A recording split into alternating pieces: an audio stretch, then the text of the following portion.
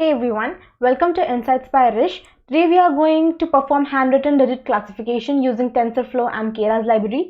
To do so, we are going to use the inbuilt dataset of MNIST from keras itself, and we have some images stored there from 0 to 9, and we want to predict that the image belongs to which particular category. So we'll start by importing the necessary libraries. So let's start by importing pandas. Then we'll import TensorFlow with the alias tf. Then from TensorFlow we'll also import keras.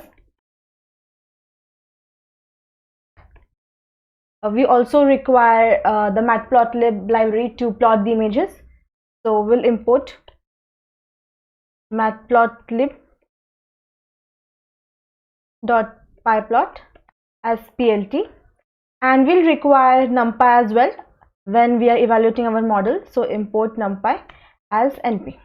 These are all the necessary libraries that we currently require. Let's run this. Now that we have loaded the libraries, the next thing that we want to do, we will load the dataset from keras and we'll directly load it into the train test split. So we'll say something like this: xtrain and ytrain, and we'll create another set of testing set as well, so xtest and ytest.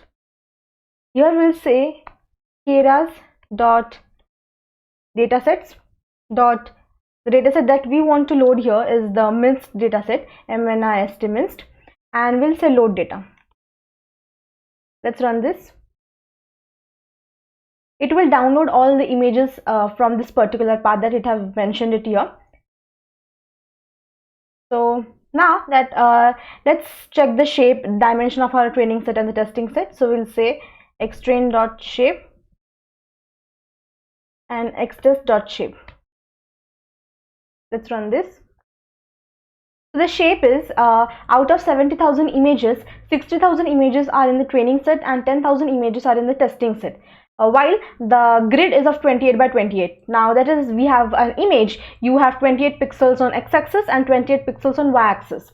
So you have a square image with of 28 by 28 grid and 6,000 images in your training set and 10,000 images in your testing set. Now we can also plot some images if you want. When you randomly say that I want to check the image present in the training set on location 5000, it will show you the data. This is the data. So the image is stored in the form of an array. So the single array will consist of 28 elements and we will have 28 such arrays. So if you want to check the image as such, so we will use the matplotlib library which we have loaded as plt. So we'll say plt.imshow function we will use, and here we'll pass that xtrain argument. Let's run this, and now you can see we are able to see the image although the image is very large in size. If we want to reduce the size, we can do something like this here. So we'll say plt.rcparams, and we will say figure dot fix size. I want 15 on x-axis and 2 on y-axis. Let's run this. Now let us run our image again. So this is what we are getting. This is our image. Now if we want to plot such images, if we want to check some more images on different locations, we again need to write the same code again and again. So why to do so? In order, we can do one thing, we can create a function and then whenever we require to plot the images, we will call that particular function. So we will start by creating the function. Let's say def plot image function name, and here we will pass,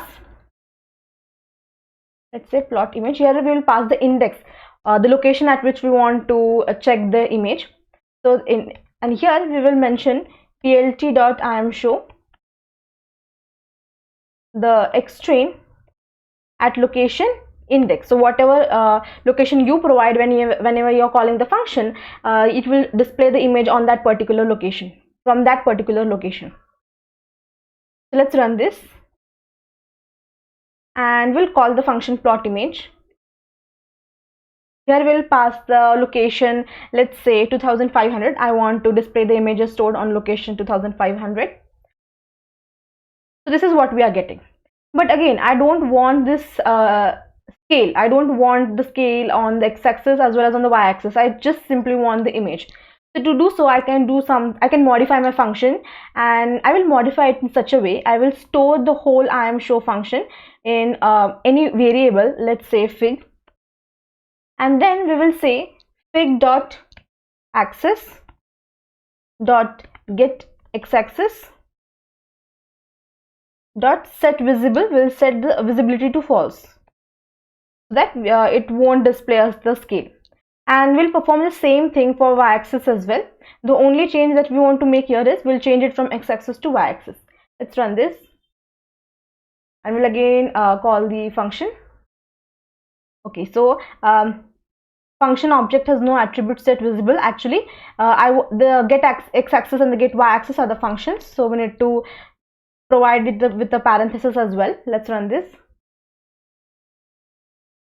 So now you can see it's simply displaying the image without any scale on x-axis as well as on the y-axis. This is what I wanted. One thing you can do here, you can also explicitly add the true label along with the image downside. Now, as we are able to see the image, as this is the handwritten grid classification image, from the image itself we are understanding what number it is. But in case if we are doing some different classification here, we are using some different images, in that case we also need to check the true label for that particular image. Let's say we are checking whether the images of sheep, train, dog, cat, whatever. And then whenever you display the image, it's in a blur format, so you will also want to display the true title along with the image. So in that case, you can add something like this. You can say plt.xlabel, which will show you the true label on the x-axis, and here you will say your y train at location index. Let's run this. Again, let's run this. Okay, my bad. Actually, we cannot display the x label or y label because we have set the visibility on x-axis and y-axis as false. So we need to give it as in title. So we'll say plt.title here. Let me run this. Now you can see you are getting the true label along with the image. So here the true label is passed as a title here. Now that we are displaying the images, the next thing that we want to do, we need to scale this data. Let's say we are displaying the image present on the location 200.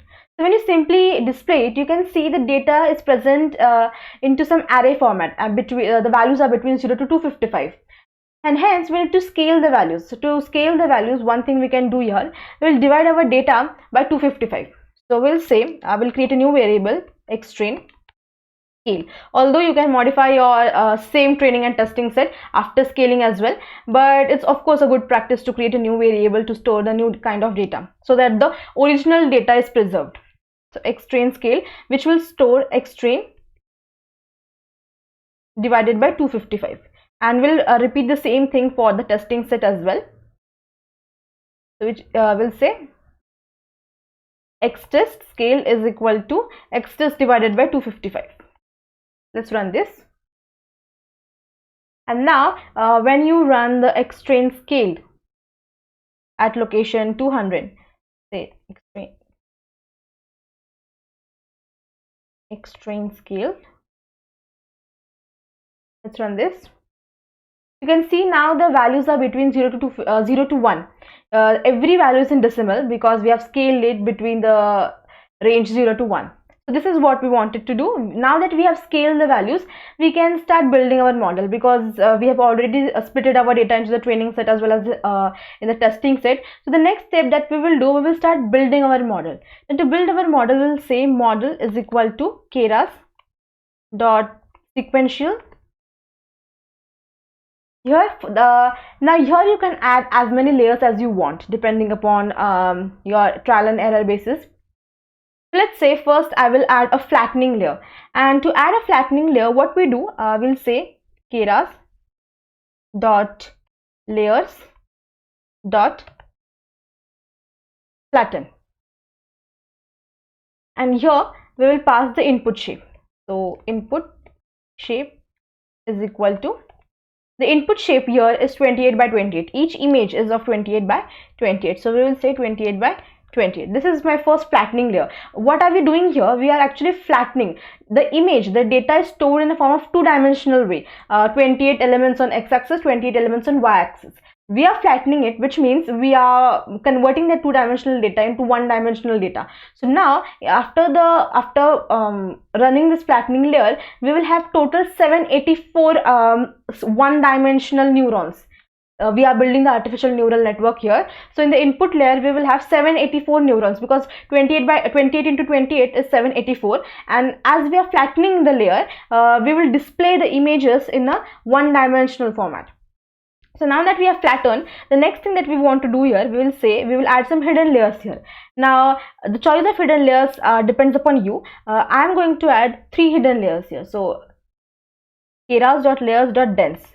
Dense means basically every neuron in your that particular layer is connected to every other neuron from other layers. So there is no such neurons present in your artificial neural network that aren't connected to each other. So here I will pass, now I don't require input shape, I require how many neurons I want. So let's say in my first hidden layer I want 500 neurons, and the activation function that I will prefer here is ReLU, which is rectified linear unit. In any kind of classification task, it can be binary or it can be multivariate classification as well. You prefer ReLU for hidden layers. This is my first hidden layer. Let me name it. So hidden layer 1. And the first layer was my input layer, a flattened input layer. Now I want to add two more hidden layers actually here. So let's just copy the code for 2 times here. Now in my second hidden layer I want 300 neurons, and in my third hidden layer I want 100 neurons. And we'll keep the activation function as ReLU for every hidden layer here. Now the last layer that we want to add here is our output layer, so which is similar. So we'll say keras.layers.dense. Now we want to decide how many neurons we want in our output layer, and it depends upon how many categories you have in your target feature. When you look at your target feature in this particular data set, you have 10 categories. Your images are either from 0 to 9. So that is, you're having 10 categories. And hence, in our output layer, we will have 10 neurons. Now, the activation function that I will prefer here is the softmax activation function. If you are performing binary classification, you prefer sigmoid activation function. Also, you can put sigmoid activation function here as well, but still softmax activation function gives good accuracy and is good for multivariate classification. This last layer was my output layer. Now that we have built our model, we will compile it. So let us write the code for compilation in the same cell. So we'll say model.compile. And here, the first thing that I will pass is my optimizer. The optimizer that I want to use here is Adam, which is currently the best available optimizer. The next thing is the loss function. So as this is a multivariate classification, we will prefer sparse categorical cross entropy. Categorical cross entropy. And then I want to provide the metrics upon which I want to evaluate my model. So here I want to evaluate my model depending upon the accuracy, and hence I will provide the metrics as accuracy. Now that we have wrote the code snippet for compile as well, the next thing that we want to do here, we will use the fit method. So model.fit, here I will provide xtrain. Actually the xtrain scale, the scale data will provide it here. So xtrain scale and ytrain. And then the number of epochs that I want. And now again, the choice of a number of epochs depend upon you, depend upon the data that you have. Good practice is to initially start with less number of epochs, and then depending upon your accuracy, you can try to increase it. So I will provide that I want 10 epochs here, and I will also provide my batch size. So in every instance, in every batch, 100 instances would be passed. So let's run this.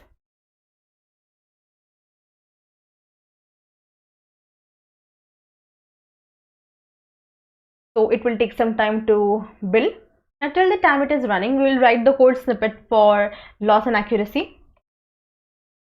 So loss and accuracy is equal to model.evaluate, and here we will pass the x-test scale, so x-test scale, and the y-test. So we will evaluate our model on the testing set.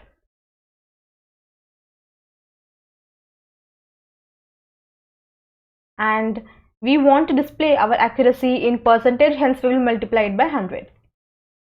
Now it's this particular cell is still running.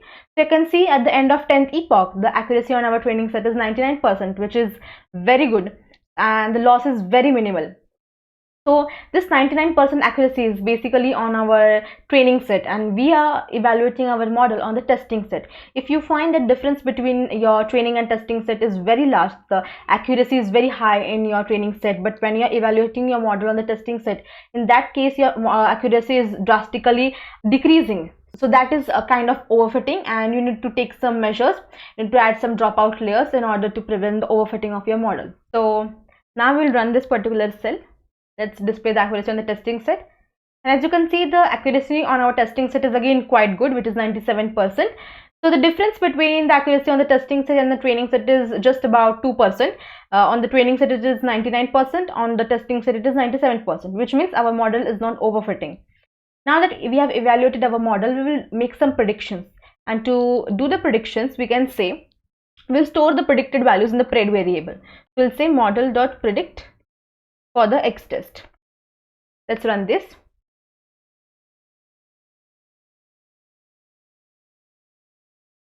Now I want to check the true label for, let's say, Y test, which is the true label for an image stored on index 400.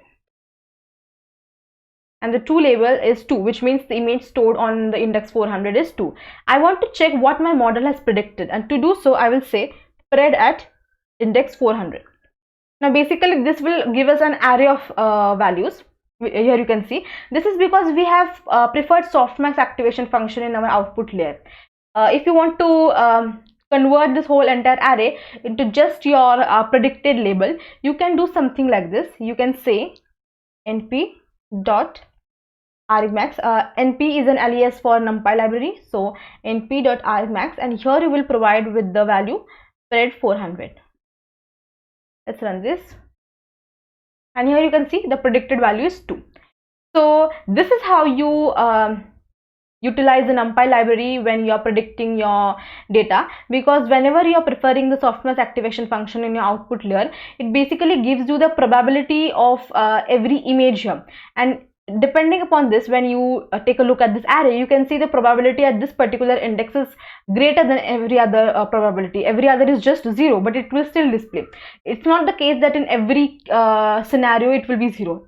In different scenarios you will have some probabilities here, and depending upon the larger probability, it will give when you use np.argmax, it will give you the index on which you are having the highest probability. So here on the index 2 of this array, you are having the highest probability of 0.99, and hence it provided you with the value 2.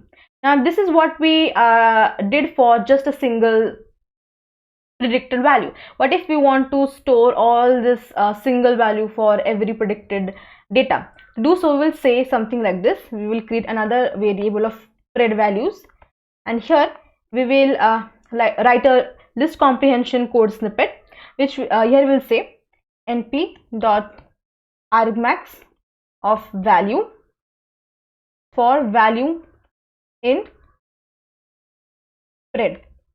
So here basically what you are doing, you are just extracting the index on which you are having the highest probability from every arrays stored in the pred variable. So let's run this. Now you can see the true labels. Let's say we want to display the first 5 true labels which are stored in Y test, and there are 7, that is the first 5 images are of 7, 2, 1, 0 and 4. And let's say what our model has predicted, which now that we have stored it in the pred values function, pred values for the first 5 images. So our model has also predicted the same thing. Now this is what we do while predicting. If you want to plot the images and see, you can just modify the previously written code. Here we are explicitly providing with the xtrain and ytrain attribute. You can write something like this. On the place of xtrain you can write x, and on the place of ytrain you can write y. So x can be xtrain or xtest, and the y can be ytrain or ytest. So we'll just add the parameters here. Let me run this code again. And as you can see, this particular code now will give you error if you try to run this. So you will encounter an error here because you haven't passed your x and y parameters here. So you can see missing 2 required positional arguments. So here we need to provide that whether the x that we have provided is your training set or testing set, and same for y. So here you can see x train and y train, and let's run this. So now we are able to display the image. Now that we have modified our code, we can try displaying some images. So what we will do here, we will say plot image. We'll call the function, and we will pass the xtest data, xtest, and instead of passing the y-test data here, we will pass the predicted data. That is, we want to match whether the predicted values displayed as a title are matching our actual image or not. That is, if you are displaying the image, if displaying the image 7 but the true label is shown as 4, in that case you can say that that is a misclassification. So we will say pred values, and at the location 6000. So you can see the image is of 9 and the predicted value is also 9. You can do some more predictions if you want. Let us say I want to check for the index 33. Again, you can see that's the correct classification. So now that we have done with predictions, the next thing is we'll evaluate our model. You can see here from we have actually calculated the accuracy here, which is of 97%, but we also need to plot the confusion matrix and the classification report to make some more evaluation based upon our model. So we'll say from sklearn.metrics, we will import the classification report and the confusion matrix. So the next thing is we will print our classification report first. So we'll say print classification report, and here in the classification report we will pass our true labels which are stored in y-test and the predicted labels which are stored in pred values. Let's display this. This is our classification report, and the need for taking a look at the classification report is you need to actually take a closer look at the F1 score column, because if in your F1 score column the some categories is having very high F1 score while the other categories are having comparatively very low F1 score, in that case you can say your dataset is highly imbalanced, which means your dataset is holding majority samples for some particular values and very low samples for other values. So when you take the look at your F1 score is very close to each other for every category from 0 to 9, which means this dataset is balanced. It consists of equal samples for every class. And as you can see here, the accuracy is of 98%. So this is how you can draw your conclusions from classification report. The next thing and the last thing that we want to do here, we will plot the confusion matrix using the heat map from Seaborn. So we will say sns.heatmap. And in the heat map, I actually want to pass a confusion matrix variable, and not is equal to true, which means I want to show that values on my heat map grid. Heat map is actually a confusion matrix that you plot the true positives, true false negatives, all that. So, and the theme that I want is blue. Now, what is the CF? I need to write the code for the CF, and the CF is nothing but your confusion matrix. So your CF is your confusion matrix, and here you will again pass your true labels which are stored in y-test and your predicted values which are pred values, and you also need to pass normalize is equal to true. We'll also see what if we don't pass this particular argument, what will happen. So here I will say normalize is equal to true, and let's run this. SNS is not defined. Let me check. Okay, we haven't imported the Seaborn library here, so let us import the Seaborn library here. So import Seaborn as SNS, and we'll also provide the background. So we'll say sns.setStyle dark grid. Let's run this, and now we'll again run our heat map code. Now you can see this is the heat map that you are getting. if you want, you can increase the size of this particular figure. Now, what's the importance of this normalize is equal to true? When you provide the attribute normalize is equal to true, in that case you can see the values are in the decimal format. You can just say that 98% times it's happening that the actual image is of 0 and the model is also predicting as 0, while you can say here the 100% times it's happening that the original image is of 1 and the model is also predicting 1, which means it's perfect class, it's perfectly classifying for the image 1. You just take a look at the diagonal values that are present in the dark blue color grid, the dark blue color square. They are the correct classification, and you can see the correct classifications are higher. For the image third, you can see for the index 3, the actual 99% times the actual image is 3 and your model is also predicting that image to be 3. So here you can evaluate based upon the percent, that is 98% times, 100% times. If you don't provide this argument normalize is equal to true, in that case it will provide you with the number of instances. That is, so this is quite complex to draw conclusions from, and hence we provide the attribute normalize is equal to true. So when you take the look at your diagonal values, which are stored in the dark blue square, you can see the majority of the images, or you can say almost every image is correctly classified, while the perfect classification is for the image 1, because 1 represents 100%. That is 100% times for every image 1, your model is correctly predicting that image to be 1. While if you take an example of the image 9, the last image, you can see 98% times the image is of 9 and the model is also predicting it to be 9. While the other probabilities here are, you can say that the if you check for the first row last column, the value is 0.0031%, which means you can say 0.31% it's happening that the image is of 0 but model is predicting that image to be 9. So it's very low, that minimal misclassifications are there in every model. So majority, and you can see the diagonal line, the correct classifications are higher and the model is giving you 98% accuracy, which is quite good. So that's it for the video. Thanks for watching.